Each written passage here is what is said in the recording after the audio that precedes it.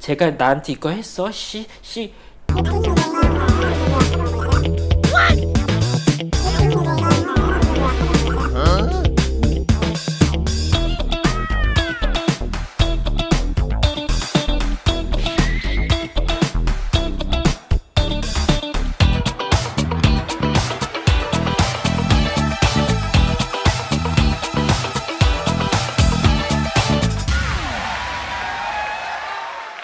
자, 요거 이게 길어서 기네요. 네. 익명을 요구합니다. 어? 저는 예전에 가톨릭 재단에서 일을 한 적이 있습니다. 물론 저희 직장 상사는 성직자였습니다. 오랜 기간 직장에서 성직자 상사를 상대하다 보니 성직자보다는 그냥 직장 상사라고 생각하고 지냈습니다. 지금은 퇴사해서 볼 일이 없지만 아직도 그 상사에 대한 미움이 남아 있습니다. 직장을 다닐 때도 그렇고 지금도 그렇고 고해성사를 하기 위해 제 자신을 돌아다보면 첫 번째로 성직자를 미워하게 된 제 마음을 돌아보게 됩니다. 그리고 고해성사 시 제일 먼저 말을 합니다. 하지만 고해성사 후 고해실에서 나오자마자 다시 그 미움이 되살아남을 느낍니다. 그래서 성체를 모시지 못하고 미사에만 참여한 지 꽤 오랜 시간이 흘렀어요. 이럴 때는 어떻게 하나요? 미움이라는 게 정말 죽도록 그 사람이 싫습니다. 라고. 아이고, 일단 굉장히 안타까운 사연인데요. 먼저 이런 표현 굉장히 진부하기 때문에 오히려 더 역효과가 날 수도 있을지 모르지만, 그럼에도 신부를 대신해서, 그 신부님을 대신해서 같은 신부로서 어찌됐건 뭐 상처를 주신 거에 대해서 사과 말씀을 먼저 드리고요. 미움, 용서하라고 하셨으니까 용서해야 되고 그러는데 참 쉽지가 않아요. 근데 고해성사 개념을 조금은 다르게 보시면 좋을 것 같아요. 아까도 말씀드렸지만 연홍 얘기하면서 하느님에게 있어서 가장 궁극적인 기준은 사랑이고 자비라고 했잖아요. 네. 물론 그걸 받아서 우리도 그렇게 해야 되는데, 일단 첫 번째는 나를 그렇게 먼저 대해 주신다는 거를 먼저 꼭 믿으시면 좋을 것 같아요. 자비로 나를 늘 대하고 사랑으로 나를 늘 대하고 있다. 그런 점에서 고해성사라는 건 내가 잘못한 거, 죄를 고백하러 가는 게 가장 기본적인 개념이긴 하지만, 죄란 뭘까 한번 생각해 볼 필요가 있다는 거. 죄가 뭘까요? 죄.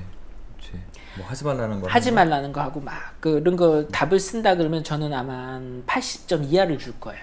틀린 말은 아니지만 핵심이 네. 그게 아니다. 교회가 말하는 죄의 핵심은 뭐냐면 하느님과의 관계가 틀어진 게 죄예요. 하느님과의 관계가 틀어진 거예요. 네. 애인 있었을 거잖아요. 결혼했으니까. 지금 그분 말고도 있었을 거잖아. 네. 예. 사랑하는 관계에서 정말로 그분이 사랑하기 때문에 나 이거 해주면 좋을 것 같아, 이거 안 했으면 좋을 것 같아가 있을 수 있어요. 네. 근데 그거는 그 관계가 유지되기 위해서 그런 것들이 존재하는 거지 그것 자체가 핵심은 아닌 거잖아요. 이 말이 왜 중요하냐면 그런 것들은 다 했어. 근데도 불구하고 관계가 틀어질 수도 있어요. 네. 상대방이 예를 들면 난 내 앞에서 담배 안 폈으면 좋겠어. 그래서 담배 안 펴. 잘 보이려고. 그리고 여기서도 원하는 게 있었을 거 아니에요. 근데 어느 순간 마음이 식어버렸네? 담배도 안 피고 내가 하라는 거 다 하고 하지 말라는 거 안 했는데도 그냥 싫어졌어. 어느 게 더 큰 문제일까요? 미안해. 근데 내가 이거 아직까지 못 끊어가지고 이게 그나마 이게 사랑의 관계일까요? 아니면 하라는 대로는 다 담배도 안 펴, 다른 여자들한테 눈도 돌리지 말라 그래서 눈도 안 돌려. 근데 마도 무덤덤해. 벽 보는 거 봐. 말 그대로 식었어. 어느 게 관계가 정말 틀어진 거고 더 심각한 걸까요? 후자겠죠. 그렇죠. 마찬가지라는 거. 죄에 대해서 얘기한다 그랬을 때 제가 왜 지금 이 얘기를 드리냐면 우리 지금 고해하시는 핵심을 내가 이렇게 미워하고 있어요. 이렇게 말씀을 드렸잖아요. 그게 틀렸다가 아니라 하느님 입장에서는 어떻게 보면 너가 지금 누군가를 미워하는 거, 내가 다 잘 지냈으면 좋겠다 했는데 미워하는 것도 마음에 걸리지만 정말 하느님이라면 너 아직도 상처가 많구나. 그 사람이 때문에 입은 상처가. 그래서 아직까지도 너가 괴로워하고 있구나. 이게 더 신경 쓰이실 것 같거든요. 하느님은 분명히 창세기에 보면 행복하라고 이 세상에 내놓으셨을 거 아니에요. 네. 사람들을 보시면서 다른 창조물들은 만들어 놓은 다음에 보신이 좋았다 했지만 사람을 창조하시고 나서는 보신이 참 좋았다라고 하셨단 말이에요.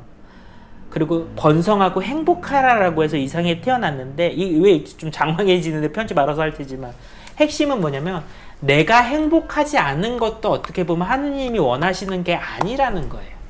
그리고 그 입장에서 좀 돌아볼 필요가 있다라는 거죠. 그러면 단순히 그 상급자 때문에 미워합니다 이게 아니라 조금 더 보이실 것 같아요. 내가 뭐 때문에 아직까지 상처를 받아 있는지, 그래서 왜 응어리가 풀리지 않고 있는지 그 상처를 고해성사 때 보여주시라는 거죠. 나의 잘못이 아니라 나의 상처를. 고해성사가 그래서 치유의 성사라고도 하고 화해의 네네. 성사라도 하는 이유가 뭐냐면 단순히 죄 졌으니까 그거 털고 잘 살겠습니다 이런 것도 있지만 대부분의 오늘날 죄는 달리 표현하면 상처거든요. 누군가를 미워하고 누군가한테 막 안 좋은 습관이 막 집착이 생겼고 행위 자체는 잘못된 거죠. 규정에서 벗어난 거니까. 근데 왜 그랬을까? 내가 왜 그러고 있을까를 보면 물론 그렇다고 해서 다 남 탓을 하자는 건 아니지만 대부분은 어떻게 보면 나도 상처받았는데 상처라는 거를 하느님한테조차 보이지 않고 계속 이루고 있는 거야. 그러니까 근본이 상처가 치유되지 않았으니까 보면 아프니까 다시 옛날 감정이 나오는 거죠. 사실 손에도 상처가 나면 닦지가 않고 딱지가 떨어질 때까지는 좀 밴드를 붙여놓잖아요.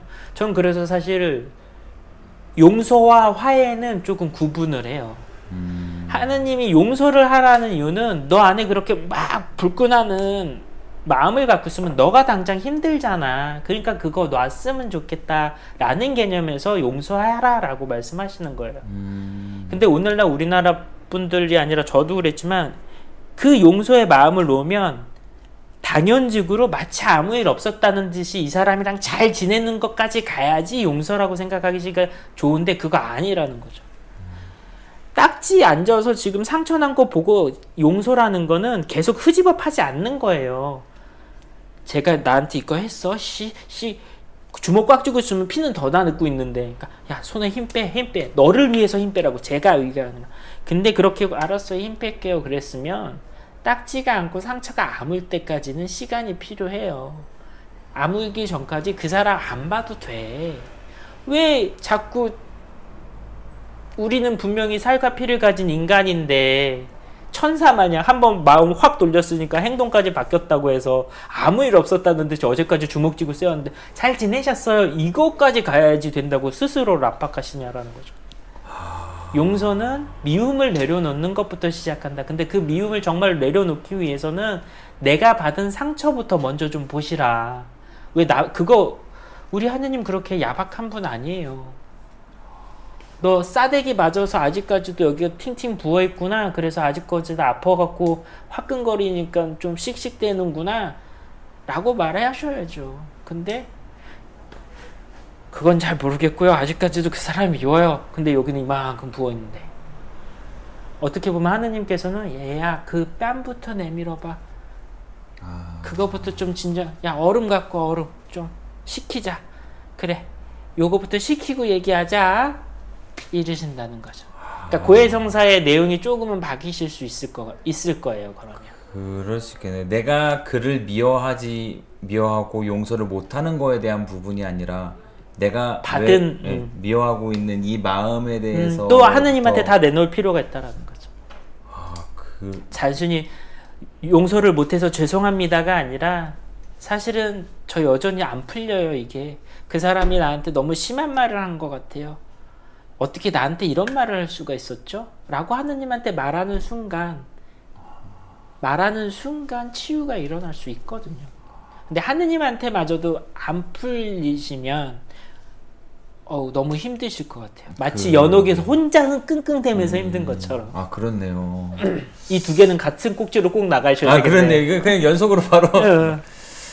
그분이 지금 말씀하신 것처럼 그 용서를 하는데 초점을 두는 게 아니라 본인 상처부터 좀. 죄란 결국은 나도 상처 입은 거거든요. 상처라고 표현이 애매하면 나가 아픈 거거든요. 아프니까 정상적으로 행동을 못 했겠지. 그게 죄겠죠. 일반인이면 잘했겠지. 근데 무릎이 아프니까 콩콩거리다가 뭘 깼겠지. 이런 거잖아요. 그렇다면 먼저 아픈 거부터. 사실 그래서 저는 고해성사에 대해서 예비자 교리나 그런 거 할 때 그런 표현 많이 해요. 보약 먹으러 가는 시간이라고. 그러니까 재판정이 아니라 보약. 왜냐면 어떤 분들은 조금 곁길로 세서 말씀드리면 어떤 분들은 그것도 되게 싫어하시더라고요. 왜 나는 맨날 같은 죄만 고해하는데 똑같은 거를 고해해도 변하는 것 같지도 않고 그래 죽겠는데 이걸 굳이 해야 되냐. 반복되는 죄들에 있어서 보통 아쉬워들 하시는데 사실은 반복되는 죄가 있다는 건 다른 건 다 괜찮은데 그 부분만 약하다는 어떻게 보면 징표인 거잖아요. 달리 말하면 그 부분만 고치시면 되는 거예요. 근데 계속 반복돼. 그러면 그건 내 힘만으로 안 된다는 거잖아요. 그러니까 오히려 더 하느님의 도우심이 필요하고 은총이 필요한 거죠. 그러니까 고해성사는 어떻게 보면 그런 나의 고질병에 대한 그 보약을 받으러 가는 시간이라고 생각하시면 조금 더 접근하는 방법도 바뀌어질 테지만 이야기를 풀어나가시는 것도 조금 바뀌시지 않을까 싶어요. 왜냐면 정말로 죄죠. 죄인데 어떤 조문적인 죄의 개념으로 보면 아무리 들여다봐도 내가 고해할 게 없거든요. 아, 네. 뭐 살인을 저질러 법적으로 없잖아요. 근데도 불구하고 찜찜하거든요. 왜 그럴까? 본인이 아는 거예요. 내 영혼은 알아요. 머리는 몰라도 내가 뭔가 소위 말하면 하느님의 용서와 치유가 필요하다는 상태. 그게 바로 찜찜함인데 어떻게 접근해야 될지 이게 명시화가 안 될 때는 그런 법적인 조항이 아니라 그래 봐. 가장 죄의 개념이 하느님과의 관계가 틀어진 거라고 했는데 하느님은 내가 늘 행복하고 기쁘시기를 바랄 텐데 내가 행복하지 않았던 일들이 그럼 뭐가 있었지? 요 근래 내가 기쁘지 않았던 일, 요 근래 내가 가장 마음이 무거웠던 일은 뭐가 있었지라고 접근하면 분명히 뭐가 뚝뚝뚝 뜰 거거든요.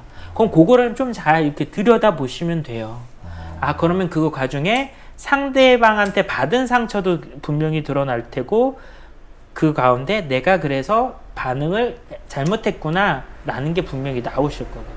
그런 식으로 접근하시면 말 그대로 화해와 치유의 성사인 고해성사를 아주 그야말로 잘 하시는 거가 아닐까 싶어요. 그리고 요약적으로 다시 말씀드리면 지금 말씀하신 분은 어떤 잘못을 용서를 빕니다. 나의 용서를 빕니다 라는 개념에 앞서서 그런 점에서 좀 나의 상처를 치유해 주십시오 라는 개념에서 조금만 더 다가가 보시면 어떨까. 왜냐면 아직 상처가 되게 아직 깊은데 그거는 대충 그냥 데일밴드 발라놓고서는 빨리 그래도 신앙인으로서 너무 열심히 사시는 거예요. 어떻게 보면 네. 이렇게 약수는 해야 될 것 같아서 가는데 여기는 계속 찢어져서 피 칠철 흘리고 있는데 하지만 예수님은 먼저 이거 보고 계신 야야 이거부터 빨리 내놔라. 거기에 빨리 그래야지 뭐 봉합을 하든 뭐를 해주지 않겠냐고. 인간적인 시선이네요. 이런 거 다 털어놓고 내가 용서했어. 이거는 인간적으로 봤을 때 깨끗해지는 거지만 사실 그거보다 내 마음에 있는 거 안 좋은 무엇인가 그거부터가 근본적인 거죠. 그러니까 그걸 체험하게 될 때 그야말로 빈말이 아니라 아, 저 사람도 나처럼 이렇게 상처받고 부족한 인간이라서 저랬겠구나 하면서 이루어지는 이해와 용서가 진짜가 되겠죠. 하느님이 용서하라니까 일단 아무렇지도 않은 척 악수나 해봅시다. 이게 아니라. 그렇네요. 시부님이랑 얘기했을 때 저번에도 이제 고해성사 얘기를 했었는데 제가 이제 너무 옛날이긴 하지만 그 교리 받았을 때 고해성사는 네가 잘못한 것들 다 이렇게 해가지고 얘기하고 신부님이 하는 보석 꼭 이제 받아갖고 깨끗해져야 돼. 이제 이런 이제 뭐랄까 사회에서 통용될 법적 개념 그런 식으로 이제 교리를 받았고 그거를 그대로 그냥 계속 알고 있다 보니 고해성사가 되게 무겁고 어렵게 느껴졌었는데 지금 말씀하신 것들을 얘기해 보면 그러니까 제가 오해가 있을까 싶어서 말씀드리면 그 법적 개념 뭐 잘못한 거 다 말해 그거가 뒤에 엎으려는 게 아니라 거기서 한 걸음 더 들어갈 필요가 있다라는 거죠. 한 걸음 더. 그것도 많지만 왜냐면 사실 첫 영성체 하는 친구들한테는 지금 저희가 말하는 얘기를 하면 오히려 못 알아들을 수 있거든요. 그 친구들한테는 오히려 지금 우리 마르첼리노가 들은 것처럼 너가 그동안 잘못했던 거 스스로 알잖아. 잘못했다고 느낀 거 일단 다 말해. 이렇게 말해주는 게 맞죠. 아, 네. 나이와 상황에 따라서 우리 신앙도 그래서 단계가 있다라는 게 맞는 것 같아요. 그러니까 세례받고 견진도 꼭 받으셔야 되고 신자 재교육도 참여하셔야 되는 이유가 어렸을 적 받았던 그 교리와 그 가르침이 틀렸다가 아니라 그때 들었던 애가 이만큼 커서 이른 애가 또 다른 애를 낳을 지경이 됐는데 알고 있는 건 여전히 8살짜리, 12살짜리에 머문다면 그거는 그때 가르침이 잘못된 게 아니라 다른 것들을 못 듣거나 안 들은 여기에 책임이 또 하나 있는 거죠.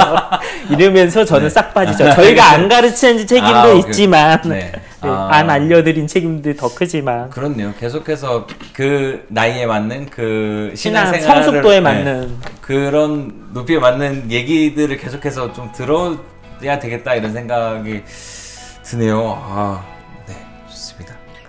그러면은 요 내용을 우리 영상은 2주에 한 번씩 질문을 모아 촬영하며 편집을 걸쳐 2, 3일 간격으로 유튜브 채널에 올라가고 있습니다. 당신이 참여해야 재밌어지는 방송, 밀어서 잠금 해제될 때까지 많이 물어주세요.